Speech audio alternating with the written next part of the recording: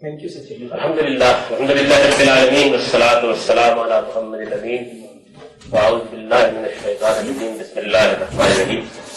خواتین و حضرات، تدبر حدیث کے مبادی ہم نے پڑھنا شروع کر دیے تھے اور اس میں تمہید کی چند سطروں کا ہم نے مطالعہ کر لیا تھا. میں یہ بات ابتدا ہی میں عرض کر چکا ہوں کہ ہمارے پاس اس وقت جو اللہ کا دین ہے وہ جتنا کچھ میں تحقیق کر سکا ہوں اس کی بنیاد پر بغیر کسی تردد کے کہا جا سکتا ہے کہ ہم کو اجماع منتقل ہوا ہے. یہ بات بھی میں واضح کر چکا ہوں کہ اجماع کوئی دینی اصطلاح نہیں ہے، بلکہ یہ کسی بھی تاریخی چیز کے منتقل ہونے کے ذرائع میں سے سب سے مستند ذریعہ ہے. یعنی دنیا بھر میں جو علوم منتقل ہوتے ہیں اگر وہ ماضی میں کبھی ترتیب پائے ہیں تو وہ ہم تک یا اس ذریعے سے پہنچیں گے اور یا پھر اخبار احاد سے پہنچیں گے. اخبار احاد کے بارے میں میں نے یہ بات عرض کی تھی کہ عام طور پر جو چیزیں ہم کو ملتی ہیں وہ اسی ذریعے سے ملتی ہیں، لیکن دین کے معاملے میں یہ بات جب واضح ہو جاتی ہے کہ وہ بالاجماع منتقل ہوا ہے تو اس کا مطلب یہ ہے کہ وہ سارا کا سارا بالکل قطعی ہے. یعنی اس کے بارے میں ہر چیز یقین کے ساتھ کہی جا سکتی ہے، اس میں کوئی اختلاف نہیں ہے. اس اصول کو سامنے رکھ کر میں نے وہ مبادی بھی آپ کے سامنے بیان کر دیے جس سے سنت متعین کی جاتی ہے، اور سنت کی فہرست بھی آپ کے سامنے آ گئی. اس میں پچھلی 2-3 نشستوں میں بعض نازک بحثیں بھی ہو گئی کہ جو چیزیں میں نے اس فہرست میں شامل نہیں کی ان کے وجوب اور ان کے اختلاف کیا. حدیث کے معاملے میں کیا مسائل پیدا ہوتے ہیں یہ تو ابھی زیر بحث آئے گی، لیکن حدیث کیا ہے، اصطلاح میں حدیث کہا کس چیز کو جاتا ہے، حدیث کے بارے میں ہمارے پاس کیا مواد موجود ہے، یہ کس طرح مرتب ہوئی ہے، اس کے مختلف ادوار کیا ہیں، اس میں فنی چیزیں کس طرح سے عہد بعہد ارتقا پذیر رہی ہے. میں نے اس کا ایک مختصر اور اجمالی نقشہ آپ کے سامنے پچھلے لیکچر میں پیش کر دیا. یعنی یہ بتایا تھا یہ پورا کا پورا فن بنیادی اصطلاحات کے ساتھ کیسے ہم تک پہنچا ہے، اس میں بڑی بڑی کتابیں کون سی ہیں، کن چیزوں کی طرف ہم اس کے اصولی مباحث کے لیے رجوع کر سکتے ہیں، تو بالاجمال یہ چیزیں اس میں بیان ہو گئی. اب ہم اس سے پیدا ہونے والے مسائل کا مطالعہ کریں گے اور یہ بھی دیکھیں گے کہ میں اپنے حقیر علم کے حد تک اس کو کس زاویہ نظر سے دیکھتا ہوں. تمہید کی یہ چند سطریں میں پڑھ رہا ہوں. نبی صلی اللہ علیہ وسلم کے قول و فعل اور تقریر و تصویب کی روایتیں جو زیادہ تر اخبار احاد کے طریقے پر نقل ہوئی ہیں اور جنہیں اصطلاح میں حدیث کہا جاتا ہے،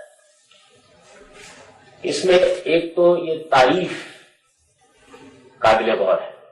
یعنی نبی صلی اللہ علیہ وسلم کا قول، فعل اور تقریر و تصویر. میں وضاحت کر چکا ہوں کہ قول بات ہے، یعنی حضور نے کوئی بات فرمائی، اس کو کسی شخص نے سنا، اس نے آگے اس کو بیان کر دیا، یہ قول کی روایت. رسول اللہ صلی اللہ علیہ وسلم نے کوئی ایسا کام کیا جو دینی لحاظ سے، اخلاقی لحاظ سے اہمیت کا حامل تھا، یا کوئی واقعہ ایسا سرزد ہوا جو آپ کے فعل کی صورت میں تھا، تو اس کو کسی شخص نے دیکھا اور آگے بیان کر دیا. حضور صلی اللہ علیہ وسلم کے سامنے کوئی کام کیا گیا اور آپ نے اس کام پر کوئی نکیر نہیں فرمائی، یعنی کوئی منفی تبصرہ نہیں کیا آپ نے. ایک آدمی مثال کے طور پر حضور کی نماز پڑھتا ہے تو آپ نے اس کی نماز کو دیکھا اور اس کے بارے میں کوئی منفی بات نہیں، تو یہ گویا تصویر ہو گئی. یعنی یہ واقعہ اگر بیان ہو گیا ہے تو یہ تصویر یا تقریر، دو اصطلاحات اس کے لیے استعمال کی جاتی ہیں، اس لیے دونوں کو میں نے بیان کر دیا. تقریر اور تصویر. تقریر برقرار رکھنا، تصویر اسے صحیح قرار دینا، اور یہ صحیح قرار دینا اصل میں خاموشی سے. یعنی اس کا مطلب یہ ہے اگر تو صحیح زبان سے قرار دیا گیا تو وہ قول ہو جائے گا. یعنی تقریر اور تصویر کا مطلب یہ ہے. پھر اس کے آگے یہ بیان کیا گیا ہے کہ یہ زیادہ تر اخبار احاد کے طریقے پر منتقل ہوئی. یعنی ایک تو یہ ہے نا کہ چیزیں بالتواتر چلی آ رہی ہیں، نسل بعد نسل سارے لوگ اس کی گواہی دے رہے ہیں، صحابہ کرام کو اس پر اجماع ہے، بعد کے لوگوں کو اس پر اجماع ہے. یہ 1-2-4 آدمی ہوتی ہے. اور میں نے یہ بات بھی واضح کر دی تھی کہ اخبار احاد میں اگرچہ لفظ واحد استعمال ہوتا ہے لیکن یہ اصطلاح ہے اور یہ اصطلاح جن جن معنی میں استعمال ہوئی ہے اس کی تفصیل میں پیچھے بیان کر چکا ہوں. یعنی حدیث کی جو اہم قسمیں ہیں، غریب ہے، عزیز ہے، اس کو بھی میں بیان کر چکا ہوں اس سے پہلے. یعنی اس فن کا ایک اجمالی تعارف پچھلے لیکچر میں ہو چکا ہے. اخبار ہاتھ کے طریقے پر نقل ہوئی ہیں اور جنہیں اصطلاح میں حدیث کہا جاتا ہے. یعنی عام طور پر ہم یہ کہتے ہیں کہ یہ حدیث ہے. حدیث ویسے تو ہر بات کو کہا جاتا ہے، لیکن یہ رسالت مآب صلی اللہ علیہ وسلم کے قول و فعل اور تقریر و تصویر کے لیے خاص ہو گیا لفظ. ویسے تو عربی زبان میں ہر بات کو حدیث کہا جاتا ہے، یہاں تک کہ قرآن نے قرآن کو حدیث کہا. تو یہ حدیث میں بعض ہوئی ہو گئی ہے نا قرآن حدیث. یعنی یہ جو قرآن ہے اس کے بعد تم کس بات کو مانو؟ تو حدیث ایک عربی زبان کا عام لفظ ہے جس کا مطلب ہے بات، لیکن یہ پھر اصطلاح بن گئی اور اس میں قول اور فعل اور تقریر اور تصویر تینوں چیزیں آ گئی. میں نے یہ لکھا ہے کہ ان کے بارے میں یہ دو باتیں ایسی واضح ہیں کہ کوئی صاحب علم انہیں ماننے سے انکار نہیں کر سکتا. ایک یہ کہ رسول اللہ صلی اللہ علیہ وسلم نے ان کی حفاظت اور تبلیغ و اشاعت کے لیے کبھی کوئی اہتمام نہیں کیا. ظاہر ہے کہ حضور قرآن مجید کے رسول سے واضح ہے کہ اللہ کا دین پہنچانے کے لیے ہے. قرآن مجید نے یہاں تک کہہ دیا ہے کہ اگر آپ نے اس دین کو پہنچانے کا اہتمام نہیں کیا تو گویا آپ نے اپنے فریضہ رسالت کو ادا کرنے میں کوتاہی کی. فَإِن لَّمْ تَفْعَلْ فَمَا بَلَّغْتَ رِسَالَتَهُ. یہ چیز نبی صلی اللہ علیہ وسلم کی یہ ذمہ داری بنا دیتی ہے کہ دین کی حیثیت سے جو چیز بھی آپ دیں، جو حکم بھی لوگوں تک پہنچائے، اس کی حفاظت کا بھی اہتمام کریں اور اس کی تبلیغ و اشاعت کا بھی اہتمام کریں. حدیث کے بارے میں نے پچھلی دفعہ یاد کر دیا تھا کہ پورے ذخیرہ حدیث کو پڑھنے کے بعد صرف 4 روایتیں ہمارے سامنے آتی ہیں، ان کا میں نے ذکر کر دیا تھا، جس میں خود حدیث کے بارے میں کوئی حدیث، اور وہ 4 روایتیں میں نے بیان کر دی. یہ میں نے البتہ عرض کر دیا تھا کہ کیونکہ بڑا وسیع ذخیرہ ہے، میں یہ کہہ سکتا ہوں کہ اس پر ایک نظر میں نے ڈال لی ہے. ممکن ہے کہ کوئی چیز رہ گئی ہو، لیکن اپنے علم کے حد تک بڑی 4 روایتیں ہیں جو میں نے آپ کے سامنے پیش کی کہ یہ کل 4 روایتیں ہیں جن میں خود حدیث کے بارے میں حضور نے کوئی بات فرمائی.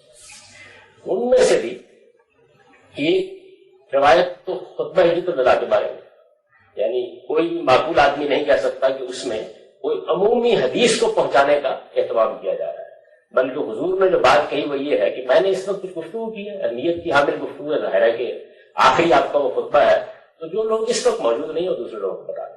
یعنی اگر بالکل آپ عقل عام کی روشنی میں دیکھیں تو اس جملے میں کوئی حدیث کی حفاظت و اہتمام کا مضمون نہیں پیدا کیا جا سکتا. پر یہ بلے وہ شاہد ظاہر اس پر میں نے عرض کر دیا تھا.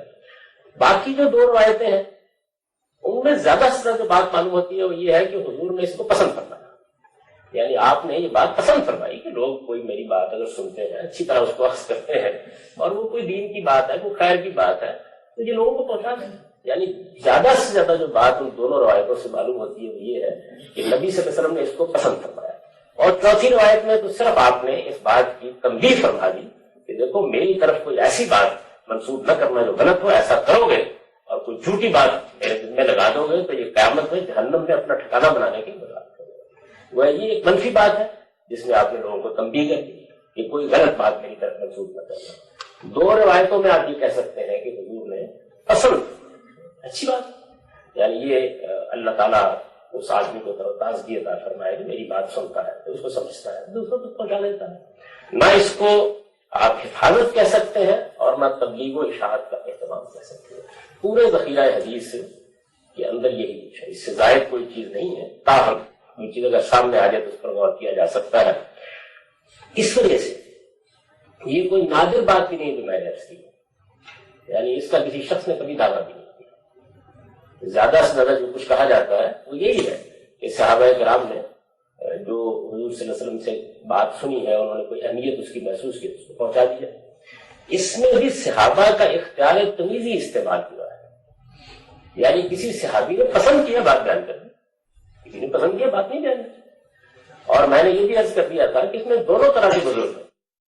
یعنی بعض وہ ہیں کہ جو بہت زیادہ حضور کی باتیں سنتے بھی ہیں، بیان بھی کرتے ہیں، اور بعض وہ بزرگ ہیں اور اس میں ذی القدر صحابہ شامل ہیں. یعنی سیدنا ابو بکر صدیق ہیں، سیدنا عمر ہیں، جو انتہائی محتاط ہیں اور وہ کبھی یہ ذمہ داری لینے کے لیے آسانی سے تیار نہیں ہوتے کہ ہم حضور کی کوئی بات آپ کی طرف منسوخ کر کے جائیں گے. چنانچہ وہ بہت قلیل الروایہ ہے، یعنی بہت تھوڑی روایتیں ان سے ہم کو ملی ہے، وہ اس میں محتاط ہے. میں نے اس زمن میں بھی بعض چیزوں کی طرف اشارہ کر دیا تھا کہ سیدنا عمر رضی اللہ عنہ نے تو بعض اوقات صحابہ کرام یعنی درمیان میں کوئی واسطہ حائل نہیں ہے، اگر کوئی بات محسوس کی ہے کہ یہ بات کچھ سمجھ میں نہیں آ رہی تو ان کا کہ شہادت کہو ورنہ میں تمہاری پیٹھ پر کوڑے برساؤں گا، قسم کھاؤ. یعنی صحابہ کرام جن کے بارے میں یہ بات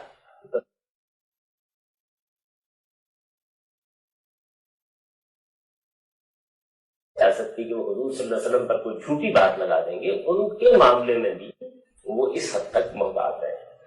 ان روایتوں کی طرف میں نے اشارہ کر دیا تھا جن میں خود رسالت مآب صلی اللہ علیہ وسلم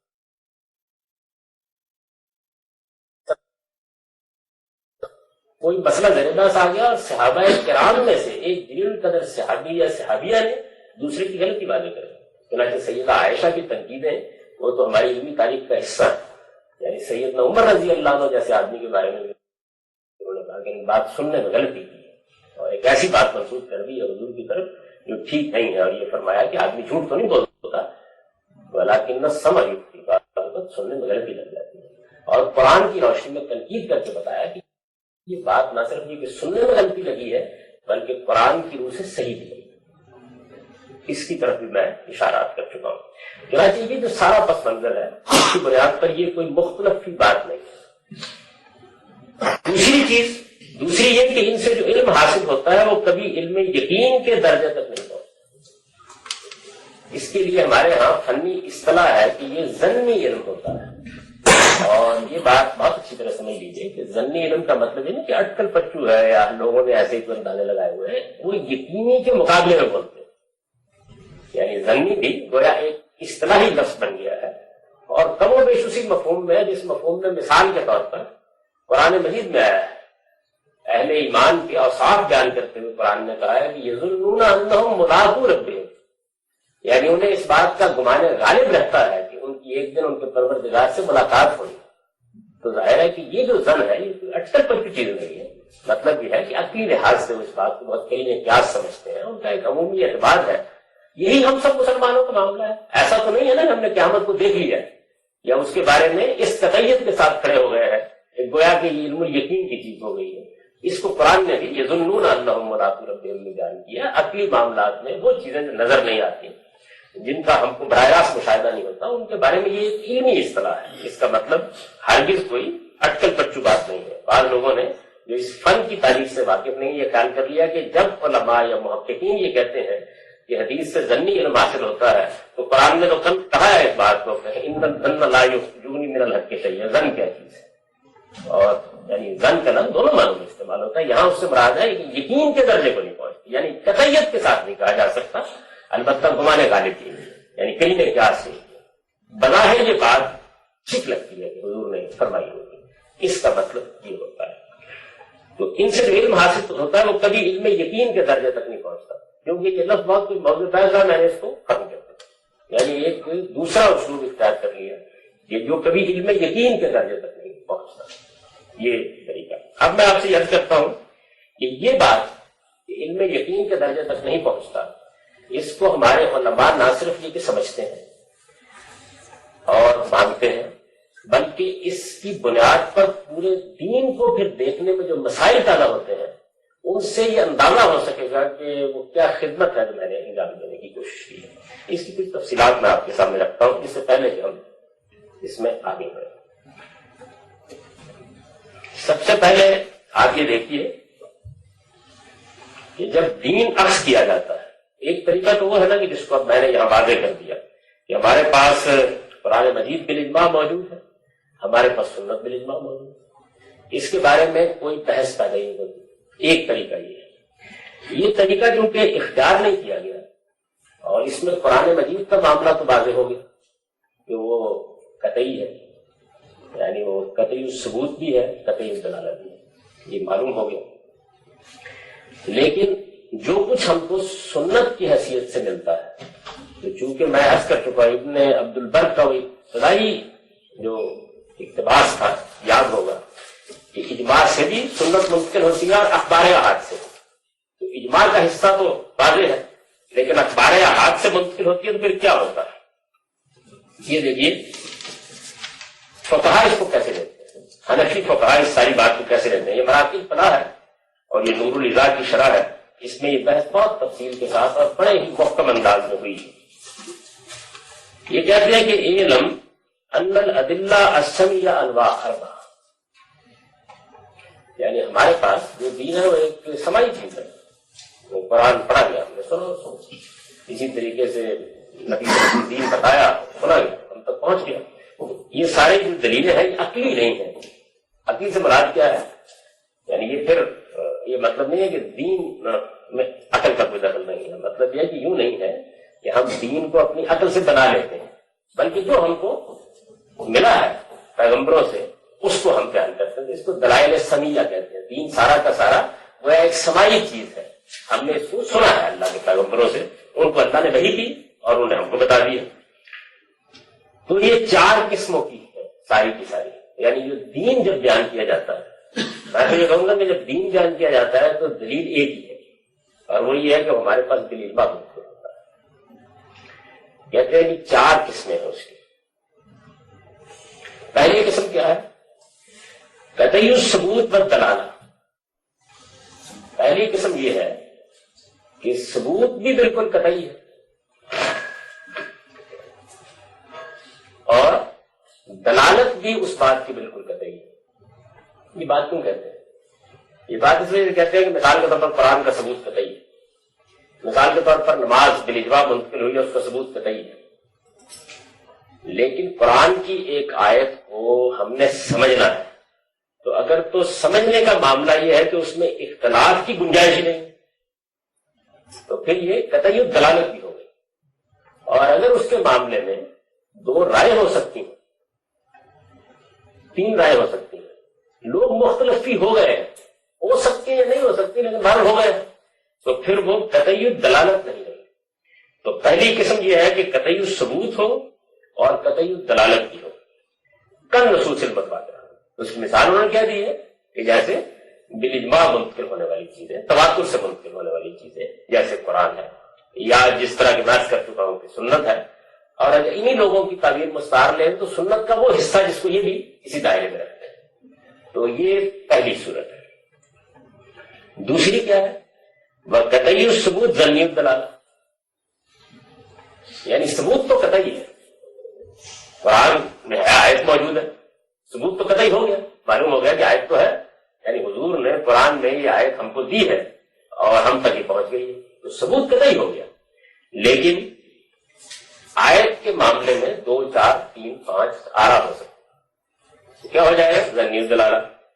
اس کی مثال ہوتی ہے کل آیات المعبدہ، یعنی قرآن کی وہ آیتیں جن کی تعویل کی جا سکتی ہے، اور ظاہر ہے کہ تعویل کی جا سکتی ہے۔ ایک تو وہ آیات ہے جو محتاج تعویل نہیں، آپ نے پڑھا بس بات بیان کر دی، لیکن جن کے بارے میں تعویل کا مسئلہ پیدا ہو سکتا ہے، ایک صاحب علم کہتا ہے میرے خیال میں مدعا یہ ہے، دوسرا کہتا ہے میرے خیال میں مدعا یہ ہے، تو یہ بھی 2 صورتیں ہو گئی۔ تیسری صورت کیا ہے؟ ظنی الثبوت، یعنی ثبوت اب قطعی نہیں رہا۔ یہ مجاز کیا نا، جو چیزیں اخبار احاد سے ہم کو منتقل ہوتی ہیں ان میں سے کوئی ایک بھی ایسی نہیں ہے جس کے بارے میں یہ کہا جا سکے کہ یہ علم یقین کے درجے تک پہنچ گئی۔ تو یہ کیا چیز ہو گئی؟ یہ اب ظنی الثبوت ہو گئی، یعنی اس کا ثبوت ظنی ہے، ظنی الثبوت قطعی الدلالہ۔ لیکن یعنی مثلا ایک حدیث ہے، ظنی الثبوت تو ہو گئی، یہ تو نہیں یقین کے ساتھ کہا جا سکتا کہ یہ واقع رسالت پاک صلی اللہ علیہ وسلم نے فرمایا ہے ایسے ہی فرمایا ہے۔ تو ثبوت میں تو ایک درجے کا گمان موجود ہے، لیکن جو کچھ بھی ہمارے پاس پہنچا ہے اس میں کوئی بحث نہیں ہو سکتی، یعنی اس کی دلالت بتائیے، مطلب یہ ہے کہ اس کے مدعا کے بارے میں اختلاف نہیں ہو سکتا۔ مثال کے طور پر ایک حدیث میں جاتا ہے نماز پڑھو، تو اس میں تو بحث نہیں ہے۔ تو یہ چیز کیا ہے؟ اب اس کی مثال انہوں نے دی۔ دیکھیے پہلے کی مثال دی کن نصوص المتواترہ، یعنی قرآن مجید یا جو چیزیں متواتر ہیں یا جو چیزیں اجماع سے ہیں۔ دوسرے کی مثال انہوں نے دی آیات، یعنی یہاں بھی کوئی حدیث نہیں دے رہا ایسا ہی، اس لیے کہ وہ قطعی ثبوت کی دونوں صورتیں ہیں۔ کل آیات المعبدہ، تیسرے کی مثال میں اب کہتا ہے کہ اخبار الاحاد التی مفہومها قطعی، یعنی یہ تیسری قسم میں تو معلوم ہو گیا نا کہ اخبار احاد کی کوئی چیز بھی کبھی علم یقین کے درجے تک نہیں مانی جاتی. یہ کیٹیگری جیسے ہی شروع ہوتی ہے تو اب یہ ظنی ثبوت ہو گئی. ہاں البتہ دلالت قطعی ہو سکتی ہے، اور دلالت قطعی کا مطلب میں واضح کر چکا ہوں، یعنی اس بات میں کوئی بحث کا سوال نہیں. یعنی یہ بحث تو ہو سکتی ہے کہ یہ حضور سے ثابت ہے یا نہیں ہے، لیکن جو کچھ بھی آ گیا ہمارے پاس اس کو سمجھنے میں کوئی مسئلہ نہیں پڑا. اس کو کہیں گے قطعی الدلالہ. چنانچہ انہوں نے اس کو وضاحت کر دی کہ اخبار الاحاد یعنی اس کی مثال ہے اخبار احاد التی مفہومها قطعی، ان کا مفہوم بالکل قطعی ہے. اب چوتھی قسم کیا ہے؟ وہ ظنی الثبوت والدلالہ، یعنی ثبوت بھی ظنی ہے، وہ تو ہے ہی اخبار احاد کا، جو بات اس سے سمجھی جا رہی ہے اس میں بھی 2 4 5 10 آرا ہو سکتی ہیں. یہ کیا ہے؟ کہتے ہیں کہ اخبار الاحاد التی مفہومها ظنی، اس کی مثال وہ اخبار احاد ہے جن کا مفہوم بھی قطعی نہیں رہا بلکہ وہ ظنی ہو گیا ہے. تو آپ یہ دیکھیں کہ اس میں ہوا کیا ہے. یعنی اخبار احاد آخری 2 قسموں سے متعلق، وہ ثبوت کے لحاظ سے ہر حال میں ظنی ہے، البتہ دلالت کے لحاظ سے ان کی 2 قسمیں ہو سکتی ہیں. ایک یہ کہ جن میں کوئی اختلاف کا سوال نہیں ہے سمجھنے میں، اور ایک وہ کہ جن میں ہو سکتا ہے. یہ چاروں قسمیں ہو گئی. اب میں نے اشارہ کیا تھا کسی وقت کہ ہمارے فقہاء اس کی بنیاد پر تھے، خاص طور پر فقہاء احناف فرق کرتے ہیں. یعنی یہ بڑی دلچسپی ہے. ایک تو یہ ہے نا کہ آپ یہ کہتے ہیں کہ بھئی یہ اللہ کے پیغمبر نے حکم دیا ہے، تو حکم دیا ہے اور یہ واضح ہو گیا ہے کہ یہ حکم ہمارے لیے فرض ہے یا یہ چیز مستحب ہے. ایک تو یہ صورت سمجھا. اس کی وجہ یہ ہے کہ جو بھی کوئی حکم دیا جائے گا تو اس میں یہ سوال پیدا ہو جائے گا نا کہ یہ ہم پر لازم ہے یا یہ پسندیدہ بات ہے، یہ ہمارے لیے ممنوع ہے یا ناپسندیدہ بات کہ ہو جائے گا. لیکن ان حضرات نے چونکہ اخبار احاد کو شامل کر لیا ہے، اب جو سنگین مسئلہ پیدا ہوا ہے وہ یہ ہے کہ یہ چیز کے وجود اور عدم وجود کا فیصلہ اصل میں اس کے ثبوت کی صحت اور کمزوری کی بنیاد پر جاتا ہے. میری بات واضح نہیں ہوئی ہوگی، لیکن میں نے آپ کو یاد ہوگا میں نے شہادت کے معاملے میں بڑی سخت تنقید کی تھی اس بات کے اوپر، جب ہمارے یہاں قانون بنایا گیا، عدالت میں بھی کی تھی اور بعد میں لکھا بھی اس کے اوپر کہ یہ کیا چیز ہے کہ اگر فلاں اور فلاں طریقے سے جرم ثابت ہوگا تو حد کی سزا ہوگی، اور فلاں اور فلاں طریقے سے ثابت ہوگا تو تعزیر ہوگی. یعنی یہ کیا چیز ہے؟ جرم یا ثابت ہوتا ہے یا نہیں ثابت ہوتا. ثبوت اور عدم ثبوت کے درمیان کوئی چیز نہیں ہوتی. یعنی جرم کے بارے میں یہ نہیں کہا جا سکتا کہ یہ 99% ثابت ہے، وہ 100% ثابت ہوتا ہے تو ثابت ہوتا ہے، ورنہ 1% شبہ کا مطلب یہ ہے کہ جرم ثابت نہیں ہو. کامن سینس یہ کہتی ہے. تو میں نے یہ سوال اٹھایا تھا کہ اگر آپ کے خیال میں جرم ثابت ہو گیا ہے تو حد کیوں نہیں، اور اگر ثابت نہیں ہوا تو تعزیر کیوں؟ یعنی اگر آپ یہ کہیں کہ جرم تو ثابت ہو گیا ہے لیکن جرم کی نوعیت ایسی ہے اور جرم ایسے حالات میں کیا گیا کہ مجرم جائز کا مستحق ہے، یہ بات نہیں سمجھ میں آتی، ہر معقول آدمی کی سمجھ میں آتی ہے. اس لیے کہ سزا ایک ہی نہیں دی جاتی، سزائیں مختلف ہو سکتی ہیں، لیکن سزا میں فرق اگر تو جرم کی نوعیت اور مجرم کے حالات کی بنیاد پر کیا گیا ہے تو میں مانتا ہوں. لیکن اگر سزا میں فرق کی بنیاد ثبوت کا کم یا زیادہ ہونا ہے تو یہ بات نہیں مانی جا سکتی. یعنی اس کو کامن سینس قبول نہیں ہے. اگر کوئی دوسرا بھی اس بات کو مانتا ہے تو اس کو رد ہونا چاہیے، اس کی کوئی بنیاد نہیں. اگر 1% بھی شبہ رہ گیا ہے تو جرم ثابت نہیں ہوا. جرم کے ثبوت کے معاملے میں جج کہتا ہے مجھے تردد ہے، سزا نہیں دے سکتا، نہیں دینی چاہیے، ہاتھ نہیں لگانا چاہیے. یعنی وہ یہ ایک دوسری چیز ہے کہ جج یعنی کیا اس درجے تک کبھی پہنچ بھی سکتا ہے؟ نہیں. جو ہمارے پاس موجود ذرائع ہوتے ہیں ان کی بنیاد پر وہ مطمئن ہو جائے اس بات کے اوپر کہ جرم ہوا ہے تو اس کو سزا دینے کا حق ہے. وہ خود اقرار کر رہا ہے کہ جرم کے ثبوت میں نقص رہ گیا اور یہ کہتا ہے کہ اس کو 100 کوڑے مار بتا ہاتھ نہیں کاٹا. تو میں نے اس پہ تنقید کی. میں دین کے معاملے میں یہی بات کہتا ہوں. نہیں آپ کہتے ہیں کہ اس کے ثبوت میں کمزوری ہے اس لیے فرض نہیں ہے، یہ کیا بات ہے نا مسئلہ؟ اب یہ دیکھیے کہ میرے سامنے ایک نہایت مستند فقہ کی کتاب ہے جس کو میں نے یہ حصہ پڑھ کے آپ کو سنایا ہے. اس میں اوپر جو بحث ہے وہ واجب کی ہے. حنفیوں کی ایک اصطلاح ہے نا، فرض کے درمیان میں ایک واجب کی ہوتا ہے. واجب کی انہوں نے تشریح کی ہے، کہتے ہیں کہ شریعت میں واجب کیا ہے، اسم لما لزمنا بدلیل فیہ شبہ، یعنی واجب وہ ہے کہ جو ہم پر لازم ہو گیا ہے ایک ایسی دلیل سے جس میں شبہ ہے. یعنی آپ یہ کام نہ کریں، میں آپ سامنے رکھ رہا ہوں یہ بات. اب یہ دیکھیے اسی اصول کے اوپر کیٹیگرائز کر رہے ہیں ساری بات کو. آپ نے 4 چیزیں دیکھی، کیا تھی؟ قطعی الثبوت اور دلالت. دوسری کیا تھی؟ قطعی الثبوت ظنی الدلالت. تیسری کیا تھی؟ قطعی الثبوت ظنی الثبوت اور قطعی الدلالت. اور چوتھی کیا تھی؟ ظنی الثبوت ظنی الدلالت. 4 تھی نا چیزیں. اس میں کیا چیز ہے؟ یعنی ثبوت اصل میں کمزور ہو گیا، نبی صلی اللہ علیہ وسلم کی طرف نسبت کا معاملہ کمزور ہو گیا. یہی ہوا ہے نا، اس کی بنیاد پر فرق کر رہے ہیں. کہتے ہیں فبل اول، پہلی صورت کون سی ہے؟ یعنی قطعی الثبوت بھی ہے اور دلالت بھی، متواتر نصوص ذہن میں رکھیے. فبل اول یثبت الفرض والحرام، یعنی پہلی صورت میں کیا ہو جائے گا؟ پہلی صورت میں بھی ضروری نہیں کہ ہو جائے، اسی وجہ یہ غیر ممکن ہے کہ بات قرآن میں ہو لیکن فرض نہ کی گئی.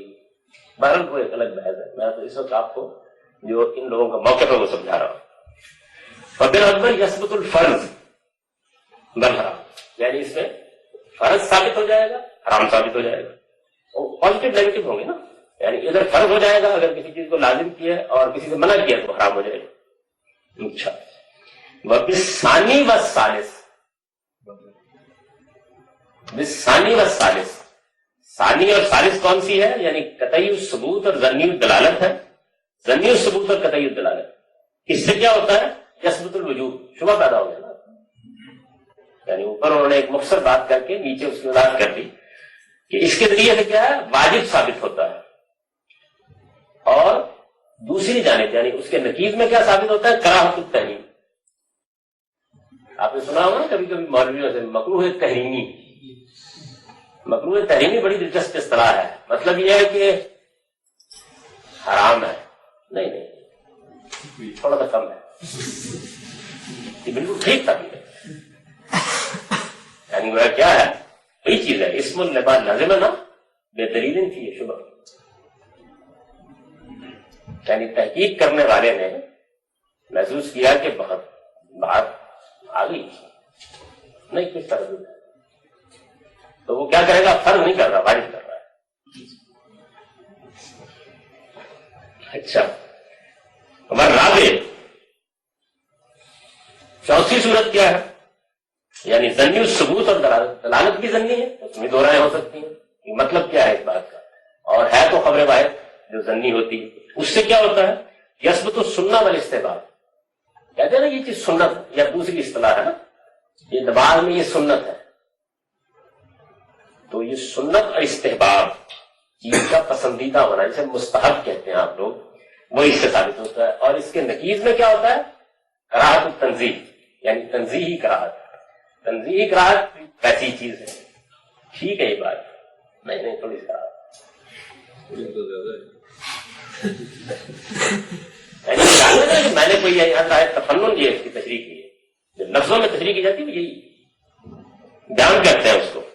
وہ کہتے ہیں کہ کون ہی مسترب ہے مترددہ، اس میں ایک اضطراب اور ایک تردد باقی ہوتا ہے، یعنی اس میں آدمی قطعیت کے ساتھ بات کہنے کی پوزیشن نہیں ہوتی. اس سے یہ بات واضح ہو گئی ہوگی کہ ہمارے ہاں جو ذخیرہ موجود ہے اس میں جیسے ہی آپ اخبار احاد پر آتے ہیں تو آپ اصل میں یقین کے درجے سے نیچے آ جاتے ہیں. اب اس میں انہوں نے یہ جو کچھ کیا ہے، یعنی ثبوت کا طریقہ اور اس میں استحباب اور کراہت تنزیہ، یہ تو میں نے محض آگے کیونکہ کچھ بحثیں اس نوعیت کی ہوں گی تو آپ کے سامنے رکھ دیا. ورنہ اصل میں جو بات پیش کرنا مقصود ہے وہ یہ ہے کہ یہ بات کہ اس سے ہم کو یقین کے درجے کا علم حاصل نہیں ہوتا. نہ صرف یہ کہ مانی جاتی ہے بلکہ اس سے اس طرح کے نتائج نکلتے ہیں. یعنی یہ نتائج آپ نے دیکھ لیا نا کہ اس کے نتیجے میں ایسی چیزیں لازم ہوتی ہیں جن کی دلیل میں شبہ ہوتا ہے. اور انہوں نے اس کو لفظوں میں بیان کیا، یعنی دلیل کی کمزوری، ثبوت کی کمزوری کہی ہے، دلیل تو ایک الگ چیز ہے، ثبوت کی کمزوری یہ معاملے کو تبدیل کرتی چلی جاتی ہے۔ ایک یہ بات ہے۔ تیسری کیٹیگری ہے جو ضمنی ثبوت قطعی دلالہ، اس کے بارے میں کہا ہے کیا وہ کہتے ہیں قطعی دلالہ ہے ضمنی ثبوت ہونے کے باوجود، اصل میں اس کی کیا وجہ یہ ہے کہ انڈیپینڈنٹلی جو بات میں کہی گئی ہے وہ متواتر یا غیر ضمنی ذرائع سے وجوب کے درجے میں ہے، اسٹیبلشڈ ہے، یعنی مثال کے طور پر جب کہا جاتا ہے ضمنی ذریعے سے کہ نماز پڑھو، انڈیپینڈنٹلی کیونکہ ایک قطعی ذریعہ بتا رہا ہے کہ نہیں، یہ مطلب دلالت کا مطلب یہ ہے کہ سوال پورا دہرائیں۔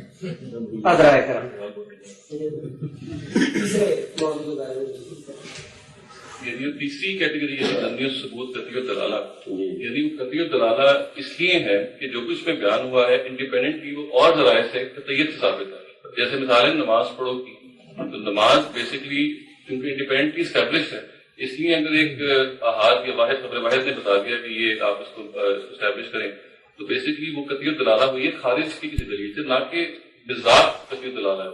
دلالت کا مطلب ہوتا ہے اس کا مفہوم واضح ہے، وہ تو میں نے آپ کو پڑھ کے سنایا کہ کانا مفہوم حق قطعی،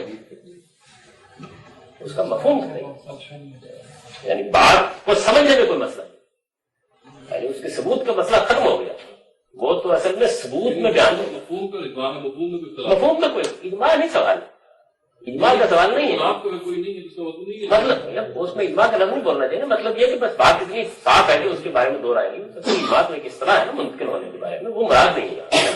مطلب یہ ہے کہ ایک بات میں نے جملہ بولا ہے اس کے بارے میں کوئی سوال نہیں، سیدھی سی بات ہے، لیکن ایک جملہ بولا ہے جو اس کے بارے میں ابھی میں نے بولا تھا، سب لوگ کہہ رہے سمجھ نہیں آیا، ہو جاتا ہے نا ایسا باتوں کا، یہ مطلب ہے اس کا۔ دلالت کا مطلب ہے مفہوم کا واضح ہونا یا غیر واضح ہونا یا مختلف بھی ہونا یا اس میں امکان ہونا۔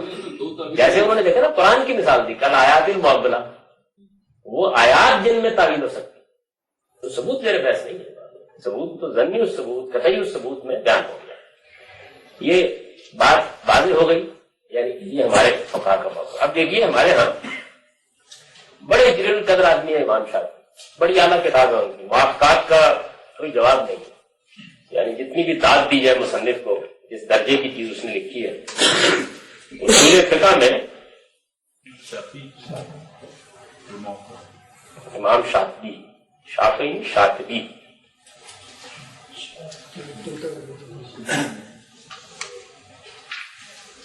تو شاطبی نے موافقات میں اس مسئلے کو، اسی مسئلے کو حل کرنے کی کوشش کی۔ یہ جو مسئلہ پیدا ہوتا ہے وہ کہا کا تو آپ نے دیکھ لیا، اس کو بھی ذرا سامنے رکھیے تاکہ پھر آگے کی بحث سمجھ میں آ سکے کہ ہم اس کو کس زاویے سے دیکھ رہے ہیں۔ بنیاد میں تو ظاہر ہے کہ وہ کسی جگہ کھڑے ہیں، ان کی مختصر سی عبارت ہے، ذرا پہلے اس کو سن لیجیے، پھر دیکھیے کہ انہوں نے کیسے لیا مسئلے کو۔ مسئلہ وہی ہے کہ جو ہم کو دین پہنچا ہے اس میں جو ضمنی ذریعے سے پہنچا ہے تو کیا کہیں اس کا، کل دلیل شرعی اما یکون قطعی و ضمنی، یعنی جتنی بھی شرعی دلیلیں ہیں یا تو قطعی ہوں گی یا ضمنی ہوگی۔ قطعی سے مراد وہی، یعنی قرآن ہے تو قطعی ہے، اگر اجماع سے کوئی چیز منتقل ہوئی ہے تو قطعی ہے، اور اخبار احاد سے منتقل ہوئی ہے ضمنی۔ یہ آگے خود شاطبی اس کو واضح کرتے ہیں، کل دلیل شرعی اما یکون قطعی و ضمنی، جتنی بھی شرعی دلیلیں ہیں جن کی بنیاد پر ہم دین بیان کرتے ہیں وہ یا قطعی ہوگی یا ضمنی ہوگی۔ فَإِن كَانَ قَطَعِيًّا فَلَا إِشْكَالَ فِي اعْتِبَارِهِ، یعنی اگر وہ قطعی ہے تو پھر تو اس کے ماننے سمجھنے اس سے دین اخذ کرنے میں کوئی مسئلہ نہیں، بات واضح ہو گئی۔ اب تو گفتگو اس پہ ہو سکتی ہے نا کہ مدعا کیا ہے، مفہوم کیا ہے، یعنی بات تو آ گئی ہم تک۔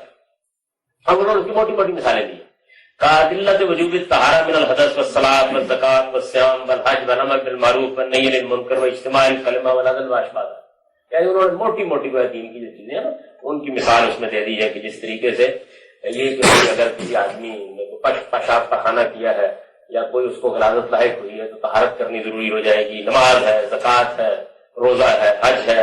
اس طرح یہ بات کہ مسلمانوں کی ذمہ داری ہے کہ وہ ایک دوسرے کو تبلیغ دعوت کا کام کرتے رہے، اچھی باتوں کی تلقین کرتے رہے، بری باتوں سے روکتے رہے، ان کو اپنے تمام معاملات میں ایک ہی جگہ پر اکٹھے ہو کر اپنا نظم قائم کرنا چاہیے، اور اسی طریقے سے جو بنیادی چیزیں جیسے عدل وغیرہ ہے یہ انہوں نے بیان کر دیا. یعنی یہ گویا موٹی موٹی وہ باتیں ہیں جو بالکل قطعی ہیں. اب اس کے بعد وَإِنْ كَانَ ظَنِّيًّا، اگر وہ ظنی ہے فَإِمَّا أَنْ يَرْجِعَ إِلَىٰ أَصْلٍ قَطَعِيٍّ وَلَا، یہ موافقات کے زمانے کی کتاب ہے. اس زمانے میں ہمارے جو علماء فقہاء اور بڑے دلکش لکھنے والے تھے ان کے اسلوب پر منطق اور علم کلام کی اصطلاحات کا بہت غلبہ تھا. یعنی یہ عام زبان میں نہیں لکھی ہوتی، ایک خاص زبان ہے جس میں یہ لکھی ہوتی ہے. کہتے ہیں کہ اگر وہ ظنی ہے تو دو شکلیں ہو جائیں گی. یعنی اگر ظنی ہے، یعنی اب ہم اخبار ہاتھ میں آ گئے، اس میں ان کو بھی کوئی اختلاف نہیں، مسئلے کو اور زیادہ سلجھانے کی کوشش کر رہے ہیں. اگر وہ ظنی ہے تو کہتے ہیں کہ دو صورتیں ہو جائیں. ایک صورت یہ ہے کہ ہم یرجع الی اصل قطعی، ہمارے پاس یا تو دین فطرت کی کوئی بنیاد موجود ہے یا قرآن کی کوئی بنیاد موجود ہے یا اجماع کی کوئی بات موجود ہے، یعنی کوئی قطعی اصل موجود ہے. یہ اس کی فرق ہے. سمجھ رہے ہیں بات؟ یعنی مثال کے طور پر یہ بات تو ہم کو معلوم ہے کہ کسی کو نقصان نہیں پہنچانا چاہیے. یہ تو فطرت کا دین بھی ہے، قرآن نے بھی اس کی تلقین کی ہے. اب اس کی بنیاد پر کوئی ایسا حکم دے دیا گیا کہ بازار میں سودا صنف خریدتے ہوئے یہ کام نہ کرنا، یہ کرنا ہے. تو اگرچہ یہ خبر واحد، یعنی ہم تک یہ حکم تو ضمنی ذریعے سے پہنچا ہے، لیکن اس کے پیچھے کیا ہے؟ اس کے پیچھے ایک قطعی اصل موجود ہے جس سے یہ ٹوٹا ہوا ہے.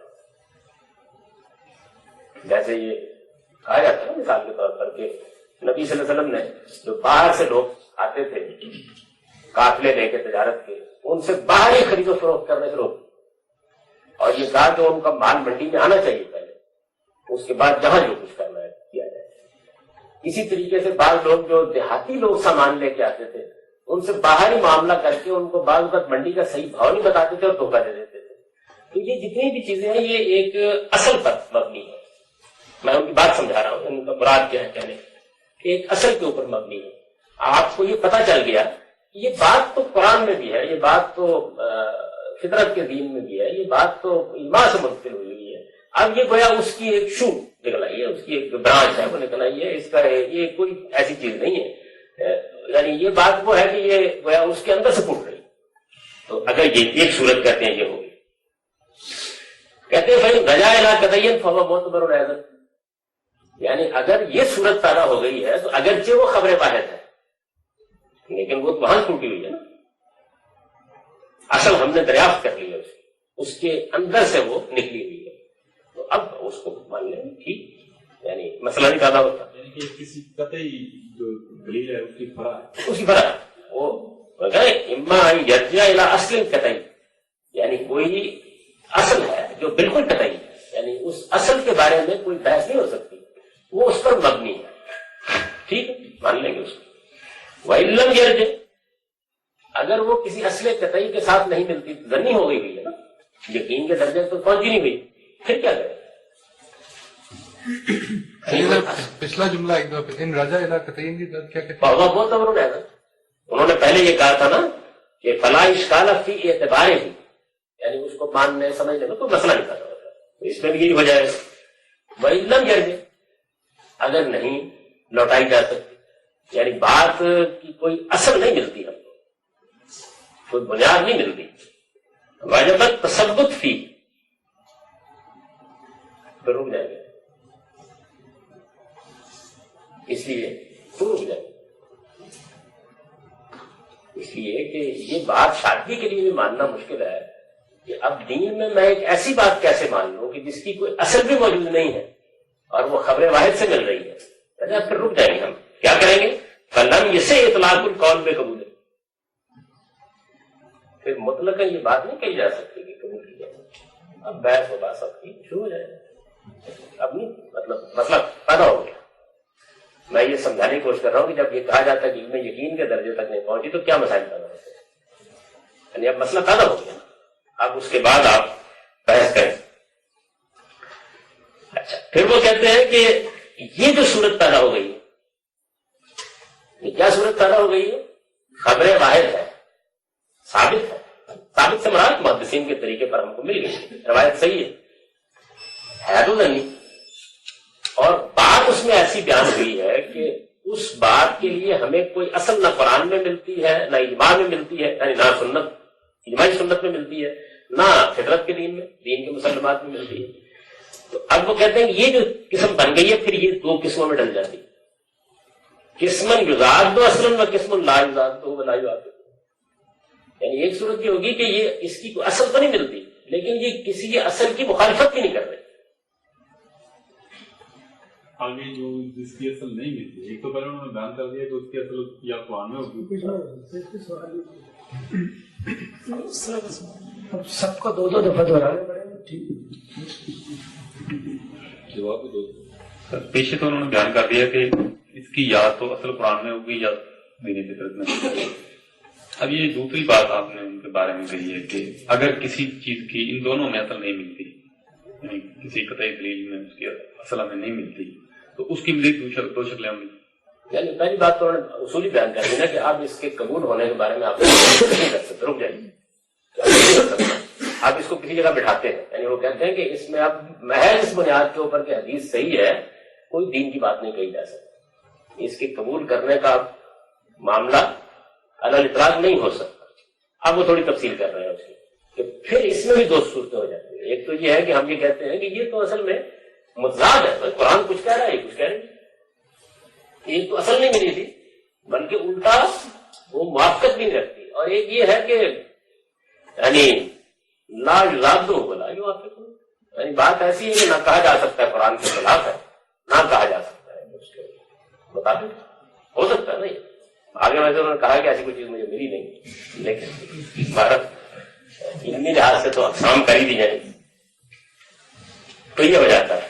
اچھا اب اس میں ظاہر ہے کہ جو پہلی صورت ہے یعنی ایک بالکل قطعی ذریعے سے ہم کو کوئی چیز مل گئی ہے جس کو بیان کر چکا تو فلاں اشکال فی اعتبار ہی اس میں تو کوئی ضرورت نہیں ہے. دوسری قسم یعنی جس میں کوئی اصل مل جاتی ہے تو ضمنی چیز اصل مل جاتی ہے، اس کے بارے میں بھی زیادہ مسئلہ نہیں پیدا ہوتا، اس لیے کہ اب ہمارے پاس ایک بنیاد موجود ہے اس پہ ہم کہہ دیتے ہیں کہ اس کی فرع ہے، اس وجہ سے اس کو بھی قبول کرنے میں کوئی مسئلہ نہیں ہے، کوئی پرابلم نہیں پیدا ہوتا. یہ دو صورتیں تو ٹھیک ہے.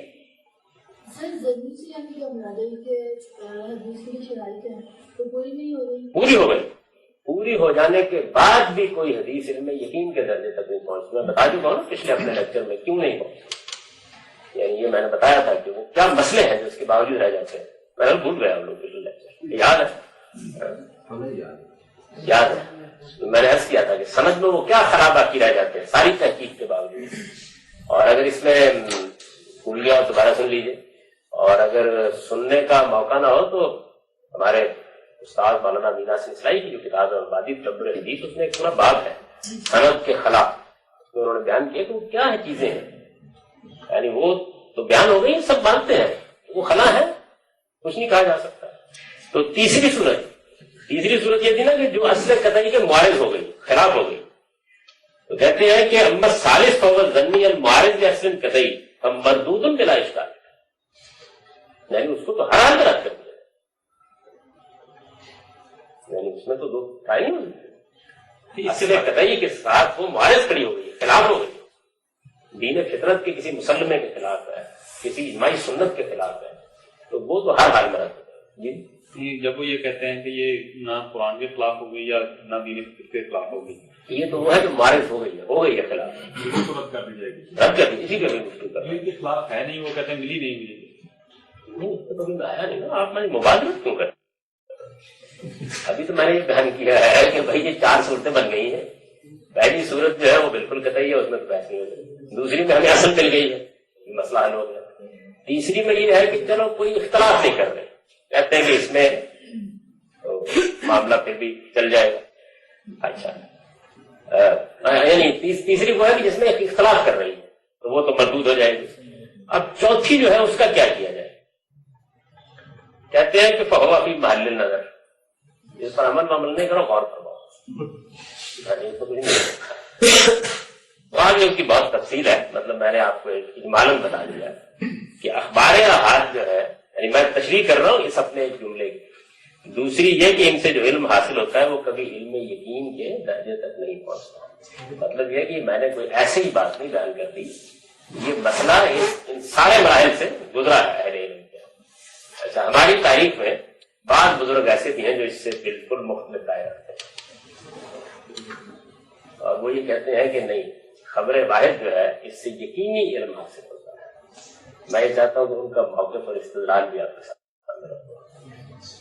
یعنی عام طور پر ہماری امت کے علماء محققین یہی کچھ کہتے ہیں کہ میں نے آپ سے عرض کیا, احناف, شافعی, مالکیہ, حنابلہ, یہ تو مالکی ہیں اور بڑے جلیل القدر آدمی ہیں. ان کی کتاب کو مالکی مذہب کا بیان نہیں ہے بلکہ اس امت کے اندر جو کچھ ہمارے پاس دین کا علم ہے اس کی بہترین کتاب ہے. اقبال نے بھی بہت سفارش کی ہے ریکنسٹرکشن میں کہ اس کتاب کو ضرور پڑھایا جانا چاہیے. اس میں شک نہیں, بہت اعلیٰ درجے کی کتاب ہے, لیکن یہ زبان میں لکھی ہوئی ہے, اس میں علامہ اقبال کے لیے بھی سمجھنے میں مسائل ہی ہوں گے.